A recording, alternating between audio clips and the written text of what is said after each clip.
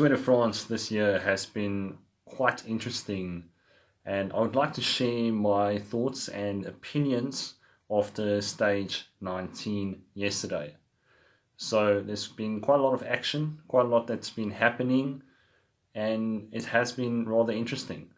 So the first thing that I found interesting about yesterday's stage is that Pinot abandoned. He had a muscle tear, unfortunately, and he couldn't continue. And that was very sad to see. About 40 Ks into the race, he just instantly dropped, and he was pointing, making a gesture towards his leg.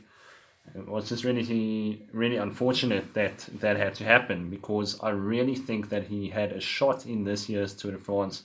I really think that he could have won the Tour de France and taken a win for the Frenchies. That would have been really great for French cycling, especially because it's their race and they haven't won it for so many years. So it would have been great to see that. So it is rather unfortunate that that happened. And another thing that was interesting about yesterday's stage is that they had to cancel it before the final climb of the day. So that was pretty crazy. I haven't seen something like that ever since watching the Tour de France for so many years. I started watching the Tour back in 2001 when Lance was still dominating.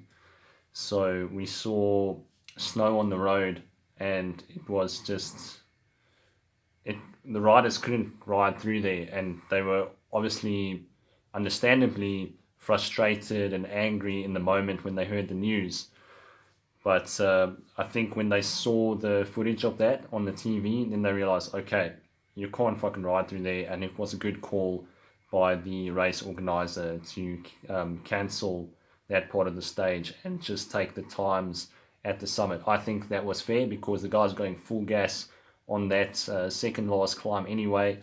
The real men were coming to the front and fucking smashing the race. So I think it was fair that they took the time over the top there. And finally, one thing that I do think has been quite unfair is Julian Alaphilippe riding the disc brakes, the disc brake wheel set. Now, initially, I thought, why would it be disadvantageous to ride disc brakes? This is the Tour de France, this is the top level.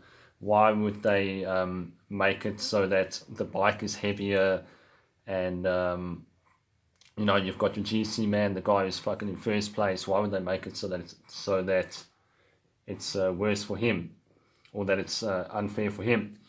And then it turns out that after checking out Lance Armstrong's podcast, there is actually rubbing.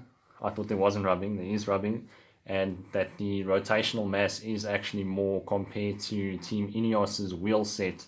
I think they've got the lightweight wheel set. I'm not 100% sure, but those wheels look incredibly lightweight.